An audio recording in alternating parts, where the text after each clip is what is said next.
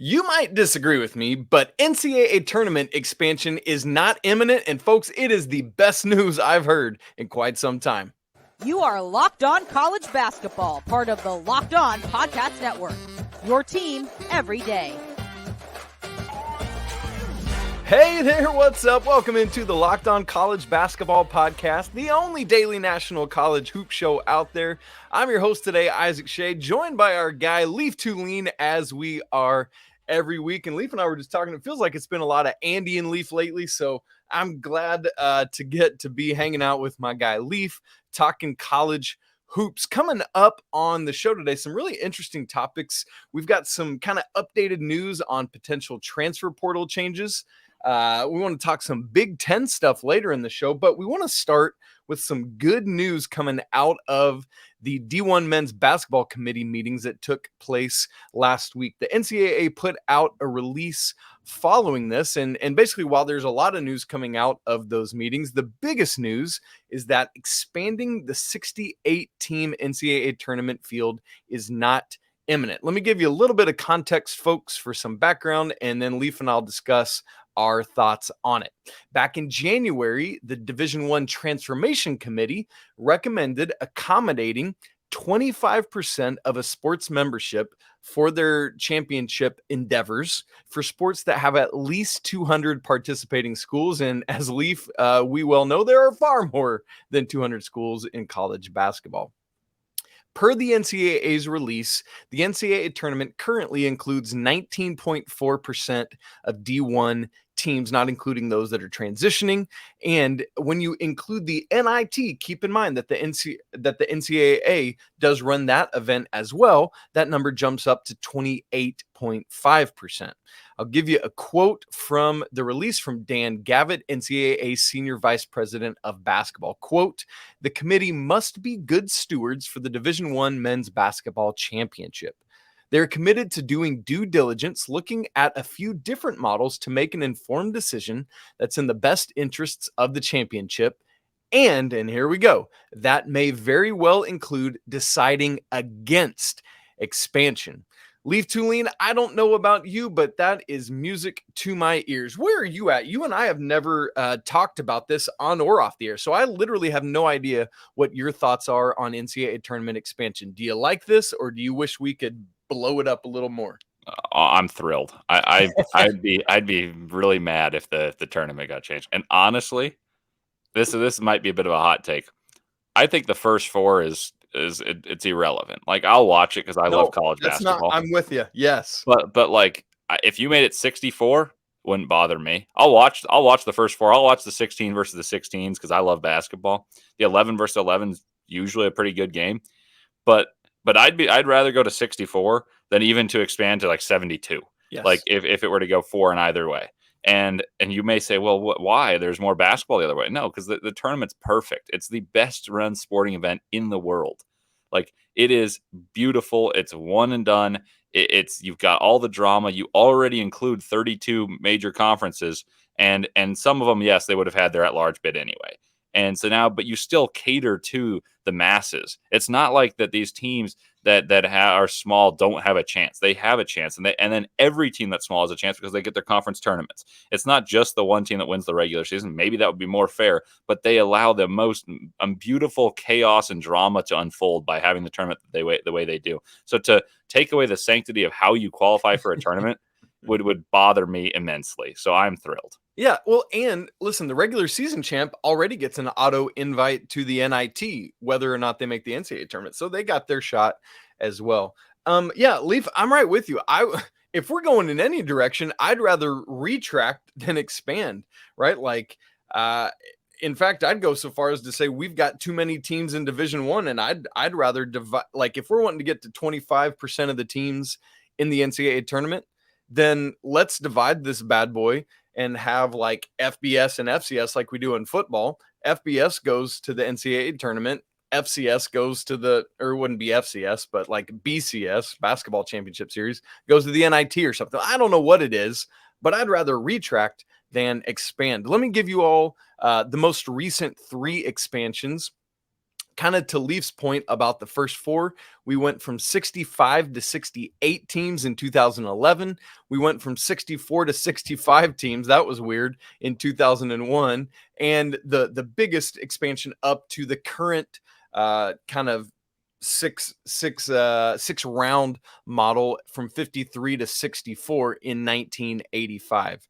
And Leaf, I just think there's something about looking at this bracket and seeing 4 regions of 16 teams. Let's just leave that as it is. I don't want to expand just because we're due. I don't want to expand just because there's money to be had.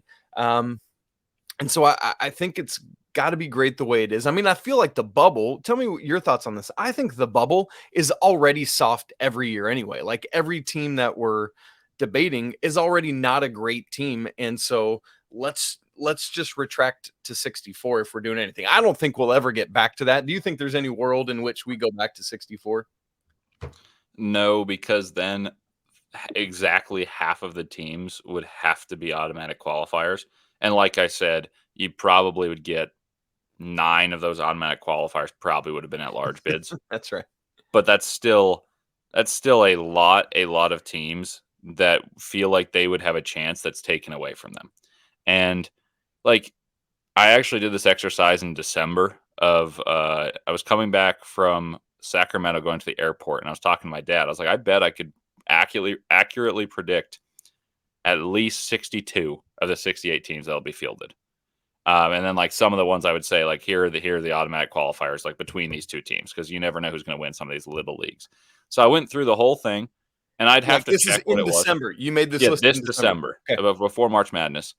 And it's not like it's a surprise. Like I'm not saying, oh wow, this is because I know so much about college basketball. I really care about college basketball. And I do know a lot about it, but it's predictable. So there's only a little bit of drama coming into that. So like you're saying, if you're to make the bubble and take it away, it probably doesn't change anything, but it adds eyes to college basketball. So I like the fact that there's a bubble.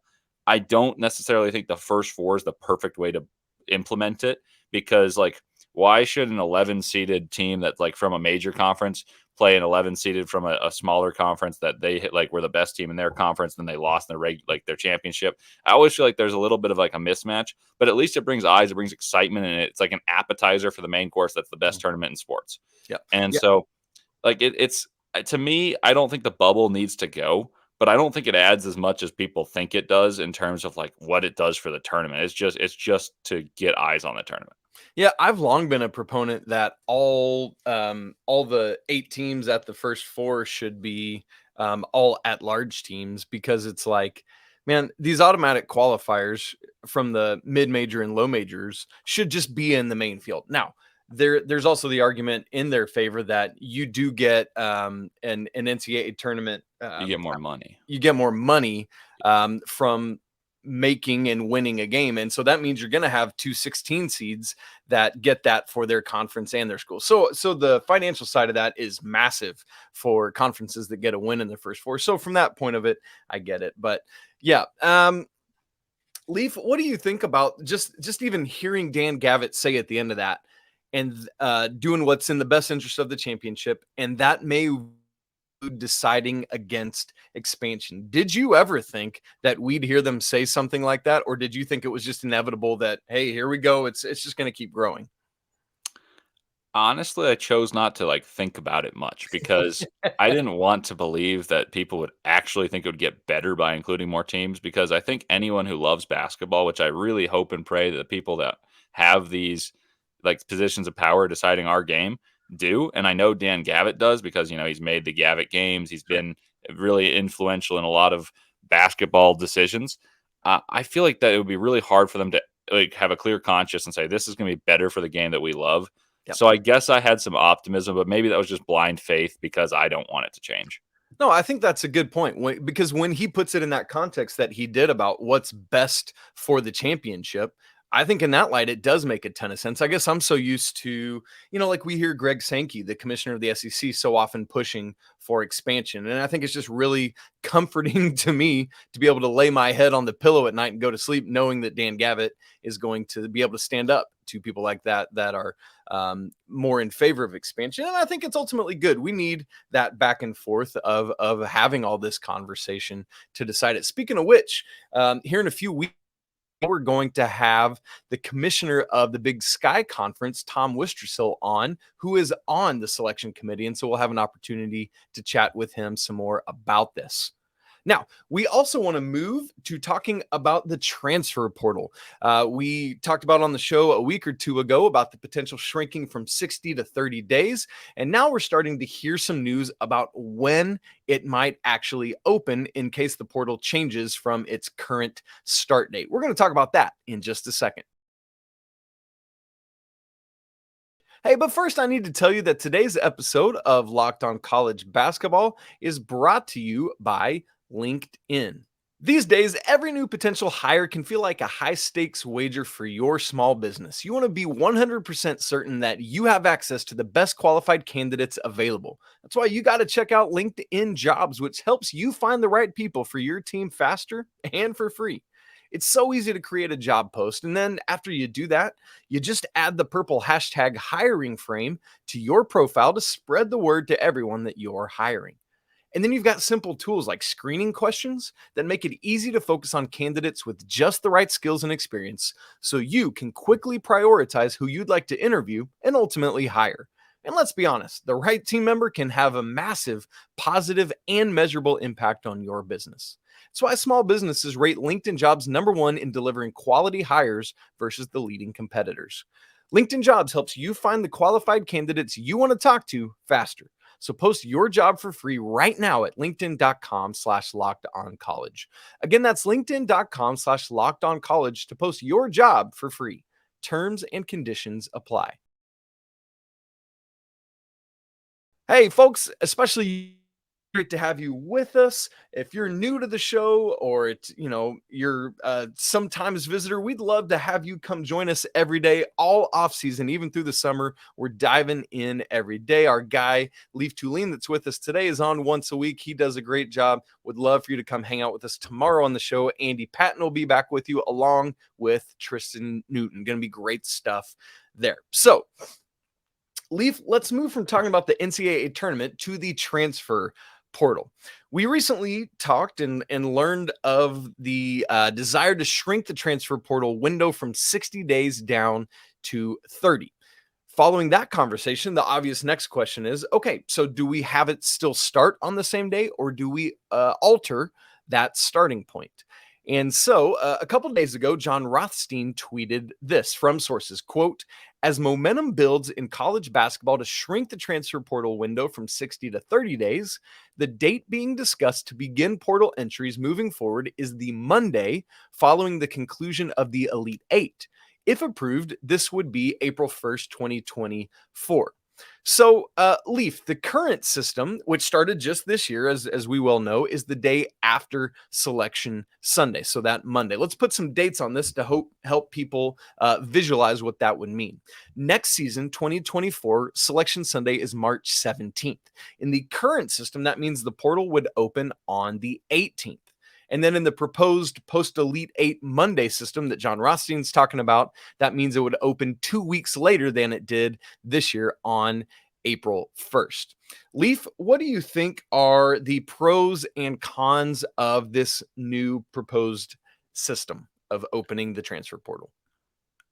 I wonder if your team, like you could be eliminated if it's the Elite Eight system. If your team's eliminated, you can enter the portal, and I'd be all right with that. But I like the idea of having a condensed thing because, in a way, it drags on, and it's like the rich get richer and the poor get poorer. When the transfer portal opens and then the teams are eliminated, and if all the teams are eliminated, then the teams like the big teams that are eliminated, they're like, well, you know what? If this guy's out in the portal and we're out right now, let's go get our focus on him. So I feel like in a way it makes the advantage even shift further to the big dogs. You're And saying in this Elite 8 model, you think it would make it shift further? yes. So I like the idea of it in the sense that, like, hey, now there's, people can make their decision in a time frame where basketball's still happening. But at the same time, as I was thinking that, I think that, for instance, let's just say Kentucky this past year lost to Kansas State in the second round. They lose to Kansas State, and now what other big teams lost early? And now let's say someone's in the portal that had lost early. Kentucky has an unfair advantage to get that player.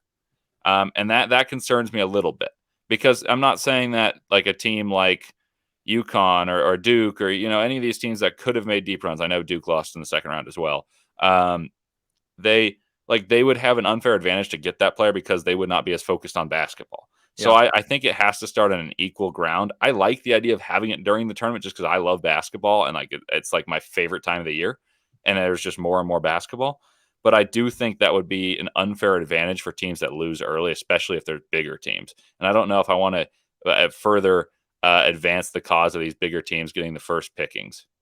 Yeah. Well, I mean, because even, as it stands right now, when it opened the day after Selection Sunday, you've got, are you just saying because there's still 64 teams in there? There's, a lot of teams are done, right? Have Yeah, already lost in because our, there's still the 64 teams. At least 32 of them are big fishes. Like, I mean, probably more of them. And so that to me, at least makes it more even. So since I you've prefer lost that than the 8 of Elite those Eight. At first, 62. I liked the idea, but then I had to think about it, and I think that negative outweighs the positives for me. Yeah. Well, what would you think about this, Leaf? Like, I've gone on record as saying I would like it to be at some point after the championship game where everyone's done. And that way we've been able to fully enjoy the whole tournament with no one having to worry about doubling up on prepping for games, no one having to and transfer portal stuff at the same time. There's no unfair advantages like you're saying. And we can just enjoy the tournament without having to have divided focus. And, for me, I would prefer it to be like the Monday after the championship game. So a full week later, so we can just celebrate and honor what's happened with the championship. But I would be fine even if it opened like the Tuesday, the day after the championship, just so that we don't have that division. And then I think that also would go in line with what you're talking about, where we don't have teams with an unfair or a disadvantage at that. What do you think about that idea? I think that would be my preference. And maybe if you were to make it, let's say it ends April 5th. If you were to make it April 6th and then you closed it in May 6th, that would probably be my dream scenario. Because, for instance, like the Bob Huggins situation that happened this year, that allows, and there can be like some stipulations, be like, okay, if a coach gets fired, if, Sure. if something happens, Sure. then you can reopen your thing. But I don't love when a team just kind of like waits and a player waits and waits and waits about the transfer portal, and then they end up making a move because like other players, like the chess pieces have already happened. And so I think that making the portal, the actual decision making timeline shorter is probably better, unless the player like opts to go to the draft and then comes back and then transfers. So there are some changes that would have to occur, but I think that would be the best case scenario for me, at least as a fan of the game, as someone who really wants the game to improve. Would be have it open after the championship, a day or two after, and close within a month. Maybe instead of 30 days, you go 45. But I think there's got to be some give or take, because it drags on too long, and I don't think it's the same process. That if a player is making a decision, I'm all for taking your time to make a good decision, but I don't think it changes between 30 days and 60. Yeah. No, especially because it's not like you have to commit in that time. You just have to be in it in that timeline, right? So, like, surely you can make that decision. Now, another proposal I've heard, this isn't from Rothstein, but is that there's the idea of no universal transfer portal opening day, where it's just like when your team is out, you're free to enter the transfer portal and get going. I don't like that. I like having, as you said, everyone on the same page. I think having a non-universal opening date, dissuade. We had a couple big name teams not participate in the NIT this year because they wanted to get going early in the transfer portal, stuff like that. And so I just personally am not in favor of that move. I like having a universal deadline for all of D1. Yeah, I'm with you. I don't like if all teams were required to play in what they warranted play for, I'd be all aboard that. But like you said, that I thought that was very lame that teams were like, that's not really worth it for us to play in the NIT. Come on, like I don't care if it like you still make money. First of all, second of all, like your players like deserve a chance to play, and maybe you can make the argument that maybe some other teams deserve it more than these big teams that said, hey, no, we're above this. But I don't think anyone should be above tournament basketball. Like you can be disappointed you didn't make the thing, then go win the NIT. That's right. Like I don't have any sympathy for you saying we're above this. Like that just is bothersome. So if you're trying to get an advantage in recruiting, then no. Like you should if there was a way to mandate like you have to play and then you can do it, then I'm all aboard that. But that's just not going to happen. All right. Sounds like Leif and I are in agreement on the transfer portal opening. We like it shrinking down fewer days than 60, whether it's 30 or 45, but also waiting to the national championship game to open it. We'll have to keep our eyes and see what's going to happen. Hey, the Elite Eight date is at least better than the day after Selection Sunday, so it's a step in the right direction. Now, all summer, Jon Rothstein, we already talked about him a little bit. Here's some more Rothstein news, is that each week he's been rolling out kind of a summer breakdown of various conferences. This week, he's doing the Big 10. We want to look at that and some of the things he laid out, and Leif and I are going to give our thoughts and responses to it. We'll get to that in just a second.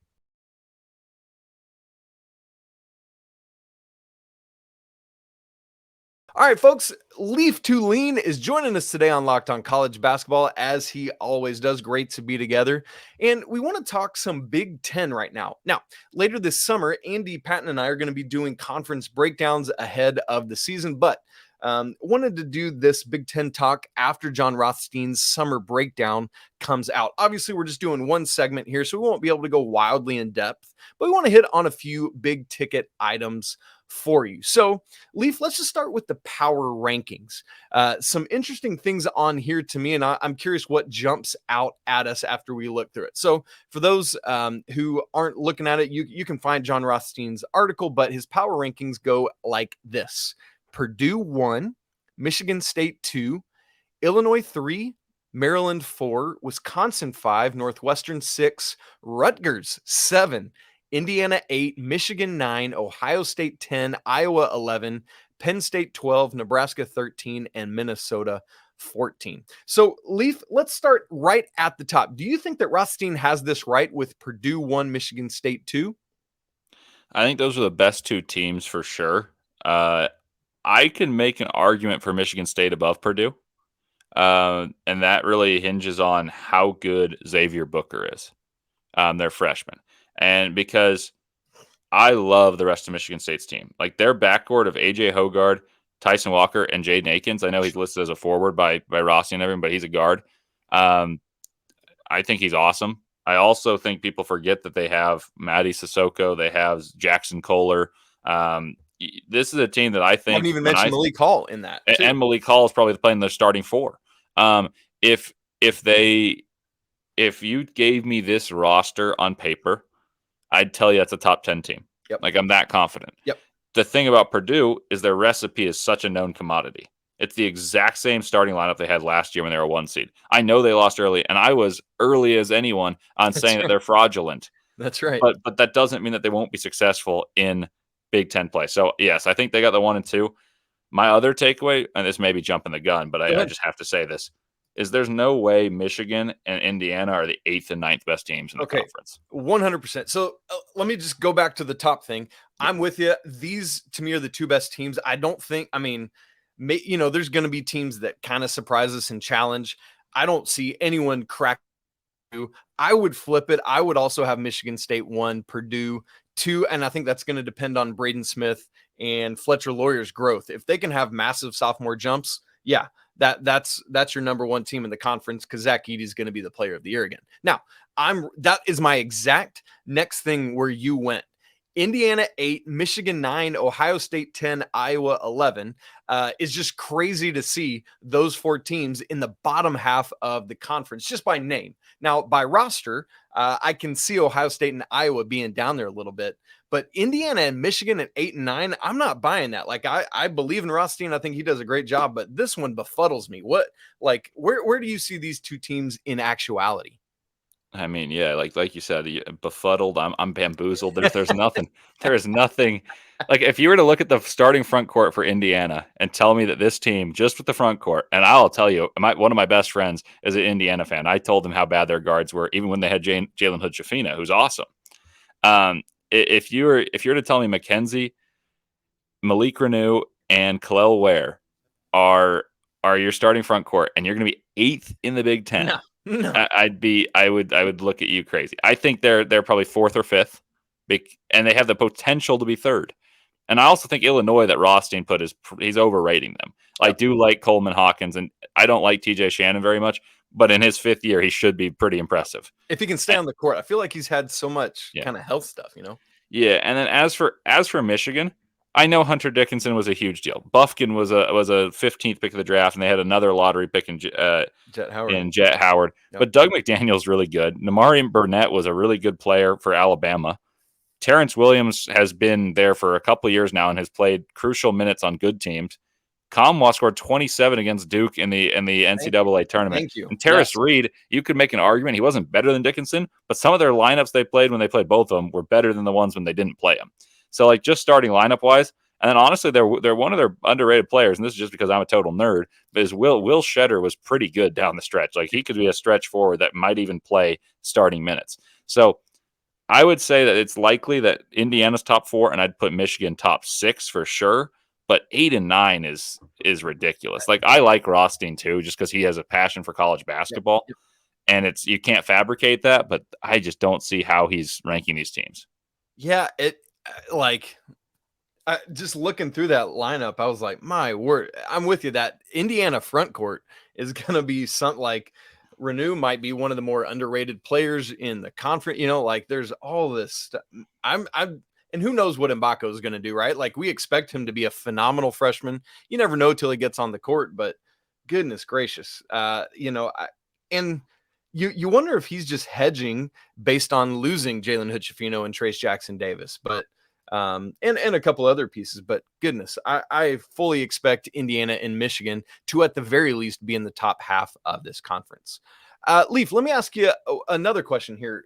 Rothstein is part of this, puts out obviously a player of the year. I think it's kind of a no-brainer that it's going to be Zach Edey. There will be others challenged for that, but just no way that falls apart. His first team, though, let's look at this and see if there are any others that you think could hop onto that first team Big Ten other than who he has listed. So the first team, the 5 on it, Rothstein has are Boo Buie from Northwestern, Tyson Walker from Michigan State, we've already talked about, Terrence Shannon from Illinois, we've already talked about, Cliff Omoruyi from Rutgers, and then, of course, Zach Edey. Leif, any of those that you think are misses or anyone that you think would jump in and take one of those spots? I like Cliff Omoruyi, but I have a harder time seeing him infiltrating it because he'll be defensively oriented. So unless he starts putting up like 15 and 10 and just more production offensively, I have a harder time seeing him infiltrate it. A couple guys that come to my mind that could be power forwards that follow through and take this spot would be like Dante Scott from Maryland. He's been there for a long time, and he's been a really good player. I could convince myself if Xavier Booker were awesome. I thought about that. Yep. Yeah, I thought about that. And then one like I mean, you could even go to Julian Reese. Maybe I think he's more likely than Omoruyi to be a double guy, even if Omoruyi is probably the better like pro prospect. Yep. And then we just talked about Malik Reneau. I think Malik Reneau at times was one of the most skilled post players in the Big Ten. That was a very post centric league last year. Like if you look at who was playing in the Big Ten, Trace Jackson Davis, who was ahead of Reneau, they had Dickinson and they had Edey. And there was times where I thought him and Trey Kaufman-Renn, the backup for Purdue, were two of the most skilled big men in the conference. So those are probably the guys. And I don't love Olivier Kamwa. I know he had a great performance I referenced against Duke, but I think he's equally as accomplished in terms of the potential for accolades as Omoruyi, even if Omoruyi is probably a better like all-around player as a defender. Well, and I think like with Kama, because he's somebody I had on my list as somebody that could jump into that. When you have somebody like Doug McDaniel that can set him up, and like you look at Michigan's roster, and there's not the Dickinson black hole. There's not either Bufkin or Jet Howard, and so it's like someone's got to be a dude at Michigan, and that's going to happen. And so I could see Kama doing that. Going back to Mackenzie and Baco, like I could see him popping and having a great year. And this would be more of a guard, but Ace Baldwin at Penn State is somebody that could jump into that first team as well. I don't necessarily see him supplanting Boo Buie or Tyson Walker, right? Because I think they're going to be absolute dudes, but Baldwin is somebody I think could at least contend for this list as well. Yeah, and I just realized I forgot Tyler Wall and Coleman Hawkins. Like, Yep. I think those probably on paper are two of the best 3-4 power forwards. And then I don't consider him power forward, but if I look at their roster, that's what he's listed at.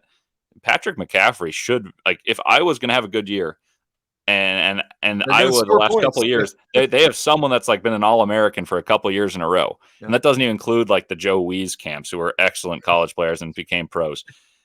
Someone's got to be there, so it's got to be him. Right. And they score a lot. So if you're just going to look at it from a logical perspective, if there were like betting odds to this, that would be one I would consider highly.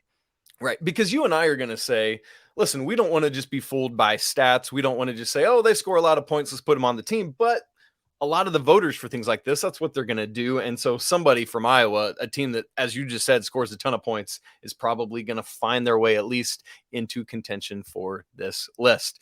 Leif Thulin, great stuff as always. Always great to have you on the show. Folks, we'd love to hear your thoughts on NCAA tournament expansion, on the portal opening date, and these Big Ten ideas. Really excited to see what happens out of this conference this year. We want to thank you again for making Locked On College Basketball your first listen or watch every single day.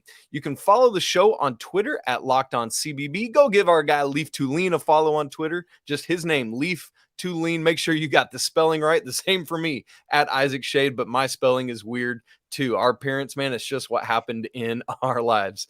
Please make sure to subscribe to the show, smash the like button to let us know you were here, and comment. As always, apologies to the lawyer family, especially 10. Go Wildcats, and until tomorrow, peace.